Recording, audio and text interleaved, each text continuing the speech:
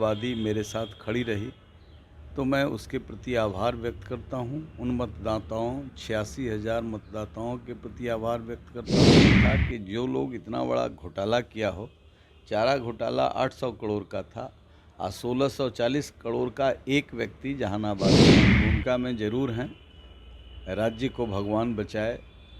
ऐसे मेकर हैं जो 4,000 कर रहे थे। ऐसे मेकर हैं जिनको दो मंत्री, दो चौधरी मिलकर के घेरे रहते हैं कि कुछ निकल ना जाए। नमस्कार, न्यूज़ फाउंडेशन देख रहे हैं और मैं हूं आपके साथ रंजन सिंह। इस वक्त हमारे साथ बातचीत के लिए पूर्व सांसद डॉक्टर अरुण कुमार हैं।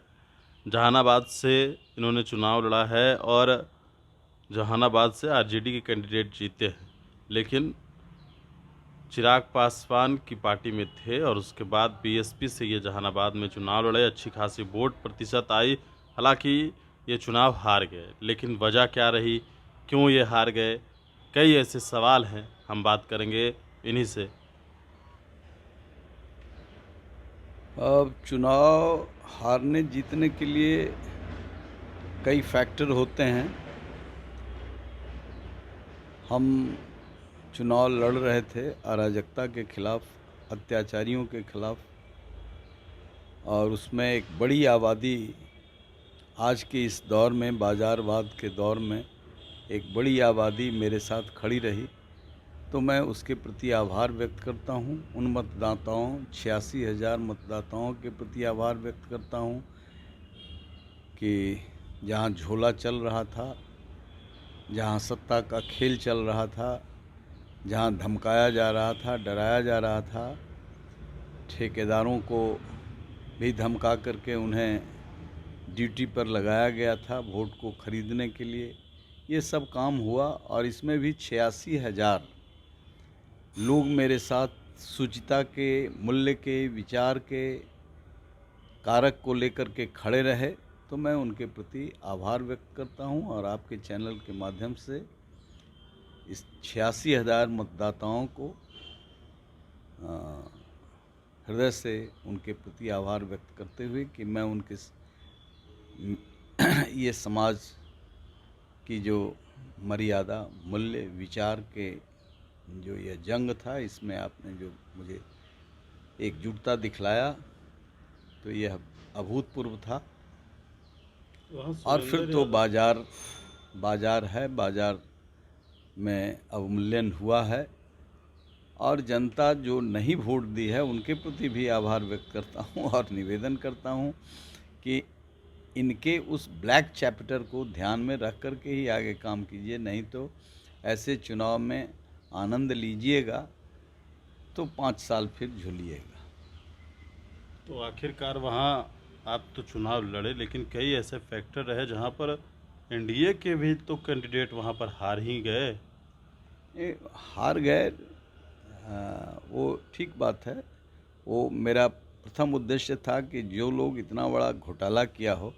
चारा घोटाला 800 करोड़ का था और 1640 करोड़ का एक व्यक्ति जहानाबाद का कोरोना के कालखंड में ऑक्सीजन एक्सपायरी दवाओं का प्रयोग किया। कितनी जिंदगियां लील गई। गरीब, वंचित, शोषित समाज, पिछड़े समाज, अति पिछड़े समाज के लोग कितने तड़प तड़प करके उस एम्बुलेंस में जिनका प्राणांत हो गया।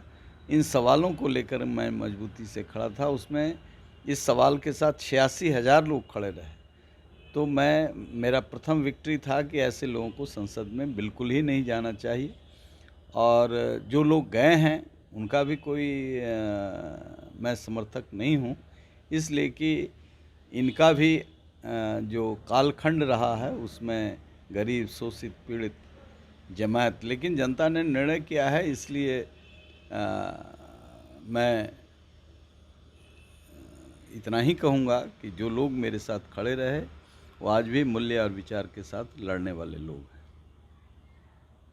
चलिए, तो हमारे साथ पूर्व सांसद को डॉक्टर अरुण कुमार थे, लेकिन अब कुछ सवाल रह गए नीतीश कुमार से जुड़े हुए। नीतीश कुमार की जो सीटें आई है वो, उसको आप कैसे देख रहे हैं? वो भाजपा के चादर में लिपट करके आई है। तो भाजपा तो खुद पीछे हो गई। कहाँ पीछे हो गई? उत्तर प्रदेश में हो गई, अब यहाँ भी उत्तर बातचीत प्रदेश यहाँ का भी। मैं बिहार के बारे में मैं कह रहा हूँ कि निश्चित तौर से भाजपा का भी जो अपना स्वभाव है, चरित्र है, विचार है, बदलना होगा। अहंकार में उम्मीदवार बनाते रहे तो निश्चित तौर से उसका खामियाजा भुगते हैं, लेकिन नीतीश कुमार यहाँ जो चमक रहे हैं वो भाजपा के छाते के नीचे चमक रहे हैं। अब ये हो रहा है कि नीतीश कुमार किंग मेकर की भूमिका में आ गए हैं। हाँ, मेकर की भूमिका में ज़रूर हैं। राज्य को भगवान बचाए। ऐसे मेकर हैं जो 4,000 कर रहे थे। ऐसे मेकर हैं जिनको दो मंत्री, दो चौधरी मिलकर के घेरे रहते हैं कि कुछ निकल ना जाए। तो जहाँ इतना असंतुलित व्यक्तित्व का व्यक्ति बिहार को मझधार से निकालने का दायित्व लिए हुए हो, तो निश्चित तौर से ये खतरनाक स्थिति है और इस खतरनाक स्थिति से भगवान बिहार को बचाए।